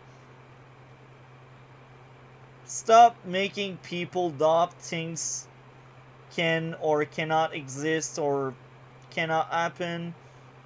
It's a freaking time travel TV show. They met creatures, demon. So at that point they should believe at anything. But hey, the plots want to use tropes, and here we are. Sarah, as usual, was amazing this episode. She was probably the best part of it. Even if Zari had great material, I think Sarah outshined Zari. Because she got growth since Arrow. She got growth since Legends of Tomorrow 2nd season. We are now in Season 3. 1.71 million for Aruba Khan. And 1.58 million for Freak Show. We slowly see the numbers dropping. It's not that big of a drop, but there is still a drop. We cannot argue about it. The mid-season finale at 1.61 million, while the mid-season premiere was at 1.51 million. Both episodes were actually great. They were among the best thing Season 3 came up with. I will repeat myself, the third season was the last good season of the show. It was very enjoyable, very entertaining. I liked it a lot, but nothing more. I could see some cracks. So, viewership did maintain itself above 1.50, which is good, considering it's a third season, and the first season was a bit rough for a lot of people, including myself. Now we hit new lows with a guest starring John Noble. I haven't seen every single number for every single episode, but I do think episode 17 was the lowest viewed episode so far. Is it a red sign? Is it an alarm telling you the show went downhill this season? I don't know, but all I know is some people stopped watching. A lot of people actually stopped watching. The Good, the Bad, and the Cuddly with 1.41 million. This is still somewhat decent. But yeah. The penultimate episode wasn't that much seen. So I am done watching episode 14 of DC's Legends of Tomorrow 3rd season. Now I will say this. This episode was bad. It is really sad to say this, because episode 13 was really good. But then you look back and episode 12 wasn't that great. It was a good episode, episode 12, but it wasn't that great. So when you come into episode 14, you expect something good, because episode 13 was amazing. No.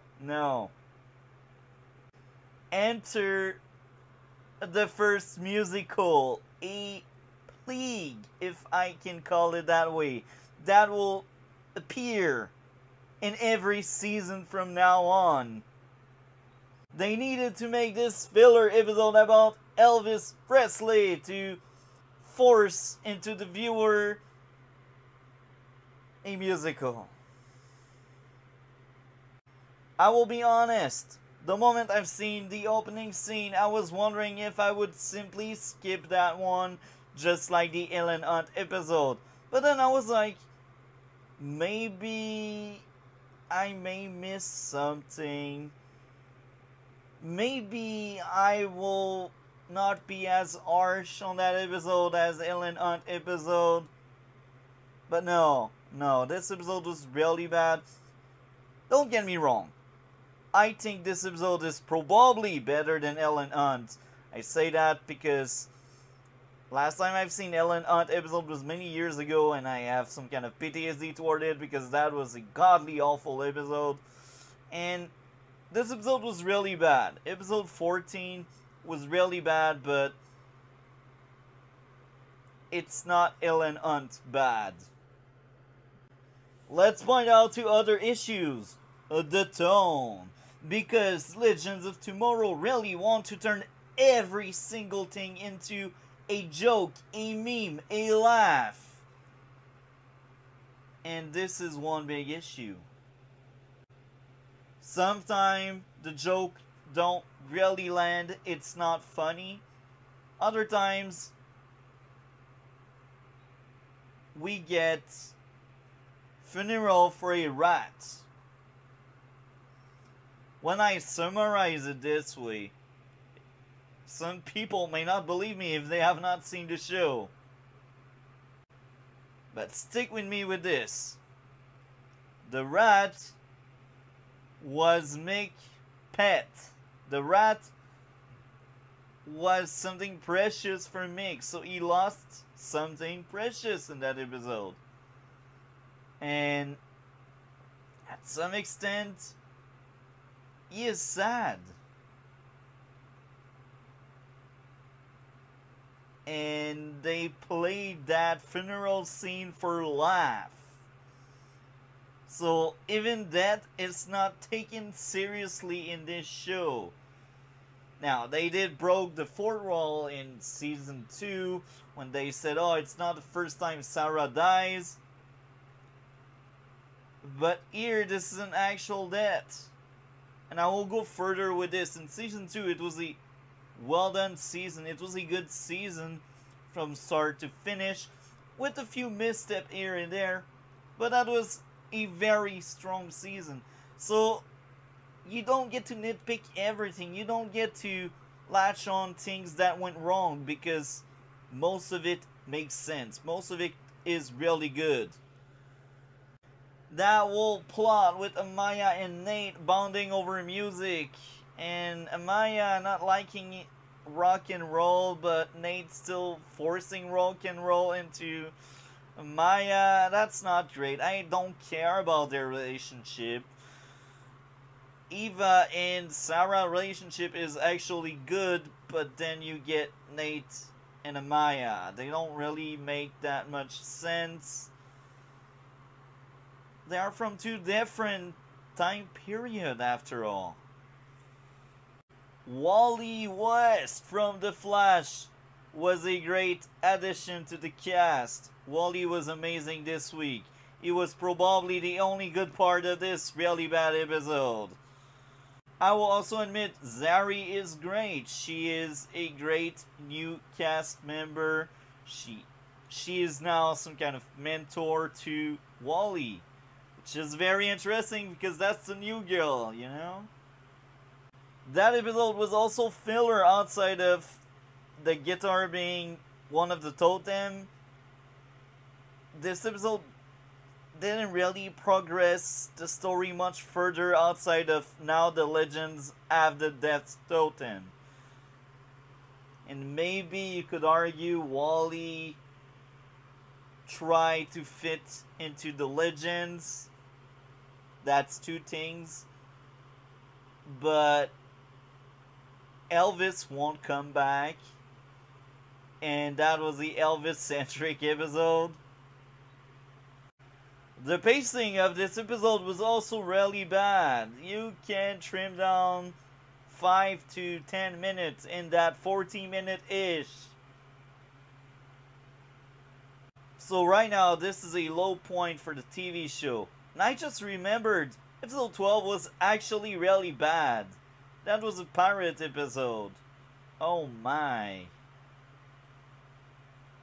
That was the episode where there was that subplot with Eva and Sarah going on dates. That was fine, that subplot, but the bigger plot was eye rolling. Oh my, this season is really rough on me. I think overall it's still watchable, and season 3 is better than the first season, but it's nowhere near as good as the second season.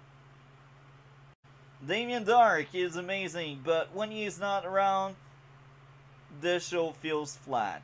The show is much weaker. And I cannot wait to see Constantine again, because he is a great new recurring character. Outside of Wally, nobody used their power. Maybe Zari at some point she uses wind stuff, but even there. Now, I really hope episode 15 will be much better than this. And this is funny because I don't remember what happened next. All I remember is like the last two episodes, 17 and 18, so I just don't remember episode 15 and 16. I know at some point John Constantine comes back, but he is a subplot in another episode, so I'm looking forward for this, and I know it will be in the 4th season, and the 4th season is terrible. Even Constantine cannot save it. Anyway, let's move on with the video. Here we are. I am done watching DC's Legends of Tomorrow 3rd season. I will start by saying this. This was worse and better than what I remembered. This is both. Because now I recognize how Eva as a character got a lot of growth. How every single character got growth in their own way. Now, of course, some characters like Ray and Mick were left behind. That season had a lot more to give to Sarah than what I remembered, and this was good. Sarah need to accept the past, and I will sound cringe, but this is the theme of this season. Friendship, teamwork. Teamwork is all that matter. And I think it was well executed. Constantine was great. He had, what, 3 episodes? And these 3 episodes were really, really good. They were like peak Constantine so far, I guess, in the Arrowverse. Rip Hunter. They deconstructed him only to kill him off in the emotional death in the final episode of this season. Gary at that point in the show is only a supporting character, recurring guest. He is not a series regular, and he is just there for comic relief. Now, I have a name for that type of character that Gary is. Plot device character. When you turn into a sitcom, please try at least to be funny. Many lines in episodes 17 and 18 were really bad attempts to be funny, but that wasn't. Damien Dark was the best part of this season. It was amazing. He was a great villain, and he had growth. He changed throughout the season. He was selfish, and his only point was the goal. because he thought the goal would make his daughter happy. But in the end, he realized that goal destroyed his daughter. When he realized that, he decided to sacrifice himself to fix everything. This was great. Damien Dark went from villain to more of an anti-hero type. Zari, when she first come on board, when she is first introduced, she only wants to use the legends. She doesn't want to be part of that team. She was just a passenger, but by the end of this season, she understands the legends. Thank you for episode 11. Even if episode 11 wasn't amazing, I understand the purpose of it. After episode 11, well, Zari is now a member of the Legends. A lot of plot convenience are disguised under the name of coincidence, like Rory meeting his father in the Cold War. During that season, it's clear now that they really are to save some money on CG. People barely use their powers. Barely. We replaced Firestorm because the writer, or I should say, the actor playing one half of Firestorm decided to leave.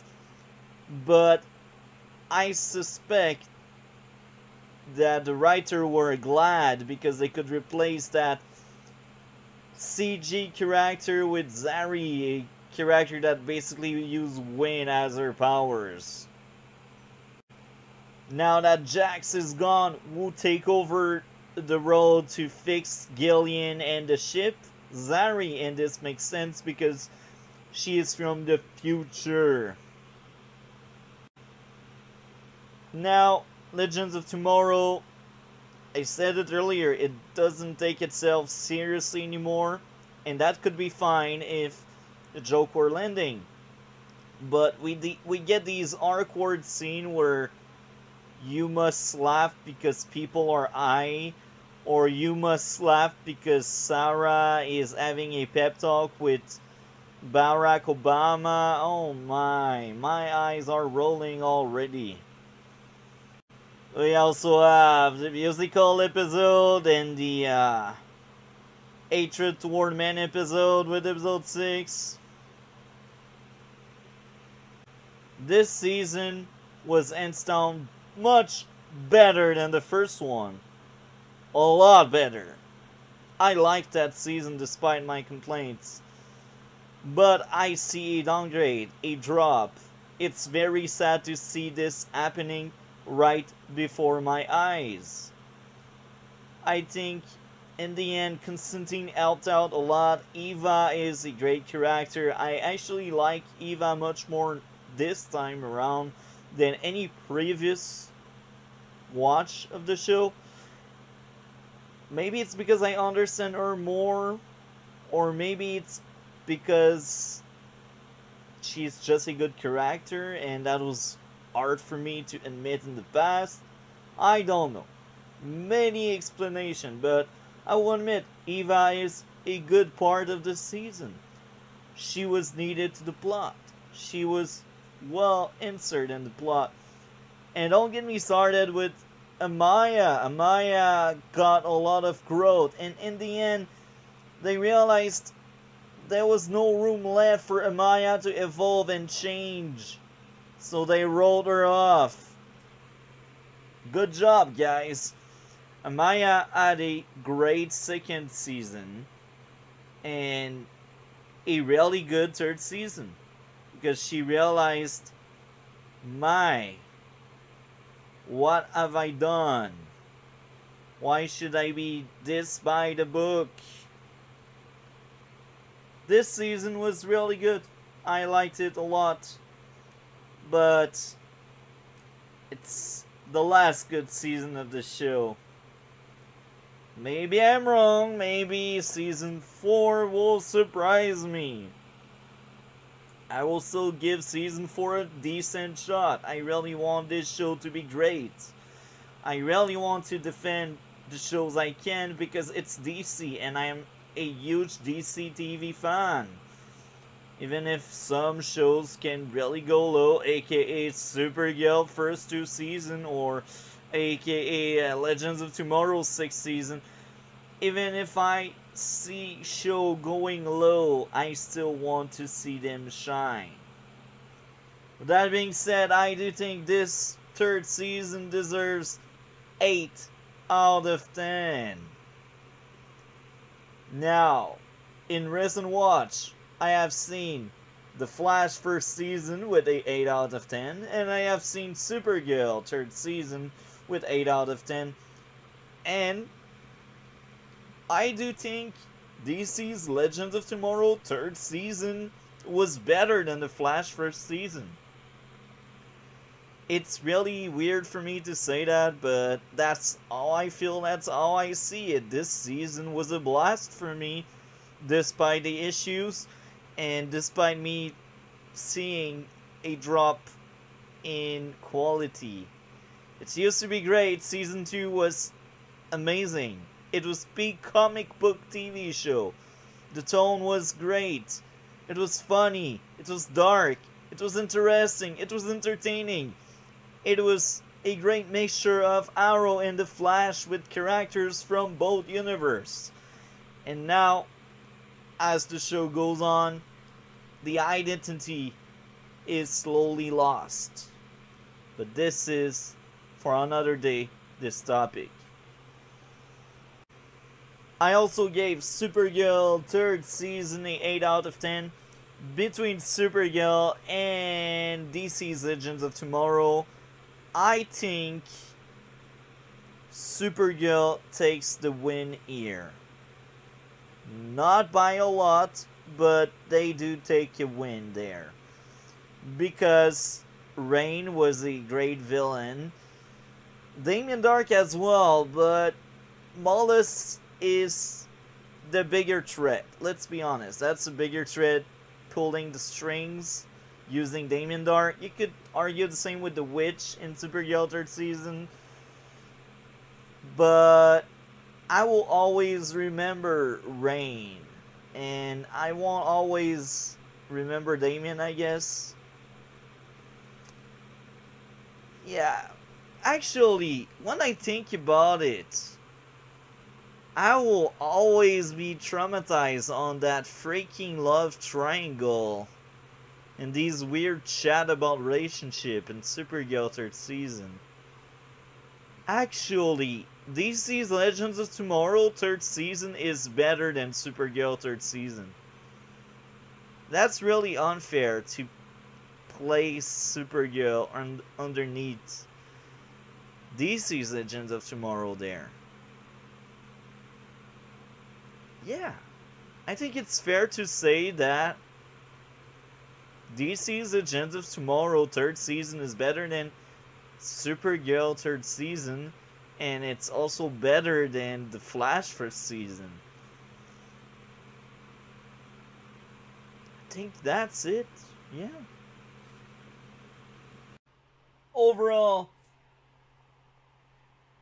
because season 1 was a rough start, season 2 had decent viewership. Then season 3 here again lost a little bit of its viewership, but here I just think it's because it's normal. It's normal because as show goes on, they lose viewership. It was still above 1 million, which is good considering it's CW. With that being said, the first 3 seasons of DC's Legends of Tomorrow are the only watchable season. Go further, it will be at your own risk and perils, as we say. The later season are parody of parody of parody of parody. The later season are probably among the worst thing I've ever seen in my life. Even She-Hulk is sometimes better than this shit. Now, I hope everyone enjoyed. I think as a show, this season Legends of Tomorrow is not that great. It's very sad because I am a huge Arrowverse fan.